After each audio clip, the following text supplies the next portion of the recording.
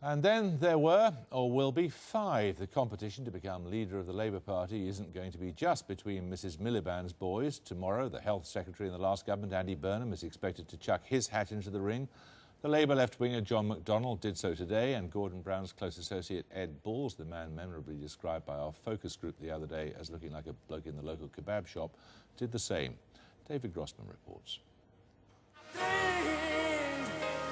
Can only get better. Depending on who you talk to, Ed Balls is either exactly what the Labour Party needs to rebuild itself or a big part of the reason why the Labour Party needs to rebuild itself. Today, he surprised no one by deciding to run for the Labour leadership. In the past, Ed Balls has been accused of lecturing the party. Today, though, he wants to be a leader who will listen. I want to start by saying, let us hear what the voters have said to us. We've got to listen first, listening to people. You tell us what matters. Genuinely listening and hearing. Leadership is about being strong, but it's also about genuinely listening and hearing. Ed Balls is an Oxford-trained economist who worked for Gordon Brown in opposition. He helped formulate Labour's new approach to the economy. He became a tempting target for the Conservatives from very early on. Last week, The Guardian disclosed that the speech had not been written by Gordon Brown at all, but by a 27-year-old choral singing researcher named Ed Ball. So there you have it, the final proof, Labour's brand new shining modernist economic dream. But it wasn't Brown's, it was Ball's.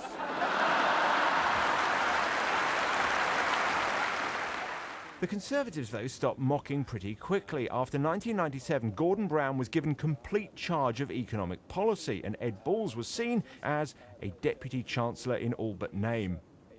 The Balls-Brown economic strategy was to put the Treasury at the heart of domestic policy, giving spending departments benchmarks and targets which, if achieved, would unlock vast sums of extra cash. Tax credits became the preferred way of redistributing income. Ed Balls also helped redesign the way that banks and other financial institutions were regulated. With the benefit of hindsight, this wasn't entirely successful. I think it's inevitable that somebody served Gordon so loyally for so long, both as advisor and then as his closest cabinet colleague, is someone who's going to be associated with Gordon Brown's leadership of the party and prime ministership. It might be the party wants continuity with the Brown years, and they want someone who was closely involved with Gordon Brown making all those decisions over all those years. And if they do, they'll vote for Ed Balls. Kevin, good to see you. And what's your name? High five. Good to see you. Ed Balls was today showing his gentler side, but some, though, wonder if he has the personal qualities needed to lead. Gordon Brown's attempt in a reshuffle to install him as Chancellor was met by some by almost open rebellion. Good to see you. Shake my hand.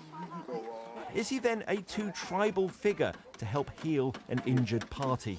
He's not afraid to be combative, and I think that's why, the Conservatives in particular have really went on the attack to try to oust him from his seat, and have really sort of targeted him in the media.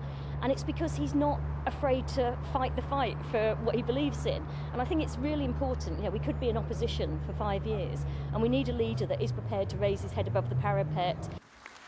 Also planning to run is John McDonnell, a long-standing critic of New Labour from the left of his party. He did try to run against Gordon Brown for the leadership, but couldn't muster the required nominations from MPs. What then happened was a coronation of Gordon Brown. We had this bizarre spectacle of only one name on a ballot paper. That could be another hurdle this time. There's been a democratic transformation in the Labour Party. We now are going to have possibly one family on the ballot paper. He, like all the other prospective candidates, will have to sign up 33 names by the deadline of next week. I think a slightly longer lead time to nomination would allow more candidates to come forward to get the nominations required, and then you could have a much broader field, perhaps a woman, perhaps somebody who hadn't served in government, and perhaps somebody from the left of the party. Another name expected to announce tomorrow that he intends to stand is the former Health Secretary Andy Burnham. So far then, the only contenders are men, and apart from John McDonnell, young Oxbridge-educated former special advisors.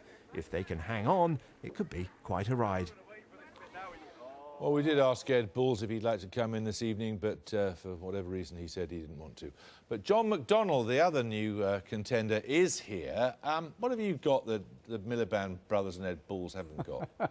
Well, I'm not part of the new Labour faction that's been in power for the last 13 years, so I think I'm a clean break with it. But it would be, it certainly would be. I mean, why on earth would the party choose a man who in 13 years of your party being in government hasn't had a ministerial job? Because I've got widespread experience outside of politics and in politics itself, but also because actually I stand for the policies that have been adopted by the Labour Party conference itself. So I think they have confidence in the policies I'm advocating. What's your sense of why you lost the election?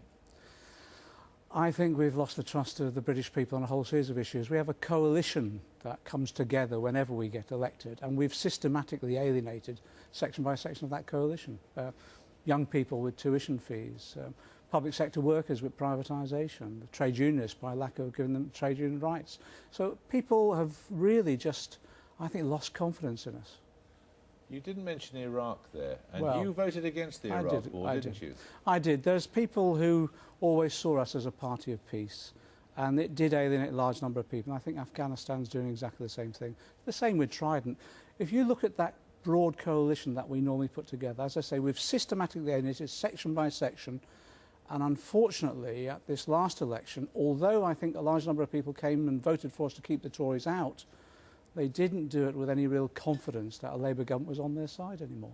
Are you confident this time you've got any chance of getting enough signatures? Oh, it's really difficult. I think it's really going to be tough because they've sort of rigged the system from the beginning. You need 33 nominating, which is quite a large hurdle. Then the Labour Party hierarchy told us this time around there wouldn't be a coronation, they'd welcome a range of candidates and there'd be plenty of time to have a real debate. But what they've done now is they've basically said nominations are going to take place in 4 days next week, and if you don't get the nomination, then that's it, you're off the ballot paper. I think that we're just shooting ourselves in the foot yet again. What is this problem with democracy that New Labour have got? I just don't understand it. Well, I suppose they think there's a bit of urgency about it. Well, we're going to take 4 months before we decide. We're not going to decide the leader until September.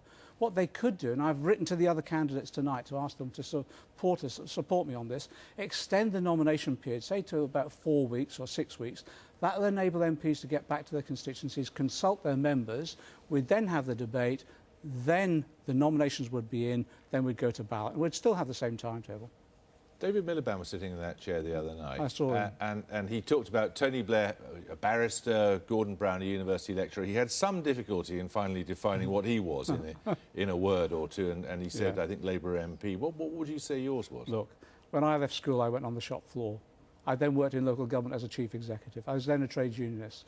I'm a worker, that's what I am, with a wide range of experience in public and private sector, and I'm not a policy wonk, but I've been involved in politics long enough to know the administration of government. John McDonnell, thank Thanks you. a lot. Thanks.